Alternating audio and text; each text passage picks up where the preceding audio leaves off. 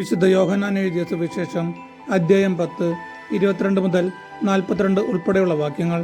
യേശു ദൈവപുത്രൻ. ജെറുസലേമിൽ പ്രതിഷ്ഠയുടെ തിരുനാളായിരുന്നു. അത് ശീതകാലമായിരുന്നു. യേശു ദേവാലയത്തിൽ സോളമന്റെ മണ്ഡപത്തിൽ നടക്കുമ്പോൾ യഹൂദർ അവന്റെ ചുറ്റും കൂടി ചോദിച്ചു, നീ ഞങ്ങളെ എത്ര നാൾ ഇങ്ങനെ സന്ദിഗ്ധാവസ്ഥയിൽ നിർത്തും? നീ ക്രിസ്തുവാണെങ്കിൽ വ്യക്തമായി ഞങ്ങളോട് പറയുക. യേശു പ്രതിവചിച്ചു, ഞാൻ നിങ്ങളോട് പറഞ്ഞു, എന്നിട്ടും നിങ്ങൾ വിശ്വസിക്കുന്നില്ല. എൻ്റെ പിതാവിൻ്റെ നാമത്തിൽ ഞാൻ ചെയ്യുന്ന പ്രവൃത്തികൾ എനിക്ക് സാക്ഷ്യം നൽകുന്നു, എന്നാൽ നിങ്ങൾ വിശ്വസിക്കുന്നില്ല. കാരണം നിങ്ങൾ എൻ്റെ ആടുകളിൽ പെടുന്നവരല്ല. എൻ്റെ ആടുകൾ എൻ്റെ സ്വരം ശ്രവിക്കുന്നു. എനിക്ക് അവയെ അറിയാം. അവ എന്നെ അനുഗമിക്കുന്നു. ഞാൻ അവയ്ക്ക് നിത്യജീവൻ നൽകുന്നു. അവ ഒരിക്കലും നശിച്ചു പോവുകയില്ല. അവയെ എൻ്റെ അടുക്കൽ നിന്ന് ആരും പിടിച്ചെടുക്കുകയുമില്ല. അവയെ എനിക്ക് നൽകിയ എൻ്റെ പിതാവ് എല്ലാവരെയും വലിയവനാണ്. പിതാവിൻ്റെ കയ്യിൽ നിന്ന് അവയെ പിടിച്ചെടുക്കാൻ ആർക്കും സാധിക്കുകയില്ല. ഞാനും പിതാവും ഒന്നാണ്. യഹൂദർ അവനെ എറിയാൻ വീണ്ടും കല്ലുകളെടുത്തു. യേശു അവരോട് ചോദിച്ചു, പിതാവിൽ നിന്നുള്ള അനേകം നല്ല പ്രവൃത്തികൾ ഞാൻ നിങ്ങളെ കാണിച്ചു.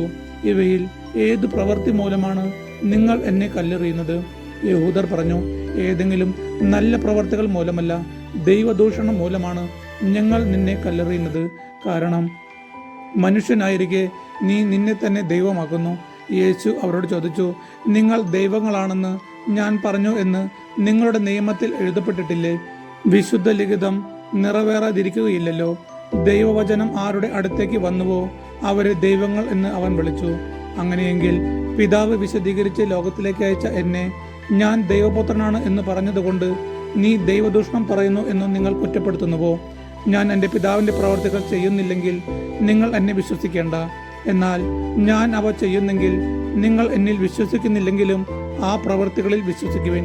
അപ്പോൾ പിതാവ് എന്നിലും ഞാൻ പിതാവിലും ആണെന്ന് നിങ്ങൾ അറിയുകയും ആ അറിവിൽ നിലനിൽക്കുകയും ചെയ്യും. വീണ്ടും അവർ അവനെ ബന്ധിക്കാൻ ശ്രമിച്ചു, എന്നാൽ അവൻ അവരുടെ കയ്യിൽ നിന്ന് രക്ഷപ്പെട്ടു. ജോർദാന്റെ മറുകരയിൽ യോഹന്നാൻ ആദ്യം സ്നാനം നൽകിയിരുന്ന സ്ഥലത്തേക്ക് അവൻ വീണ്ടും പോയി അവിടെ താമസിച്ചു. വളരെ പേർ അവന്റെ അടുത്ത് വന്നു.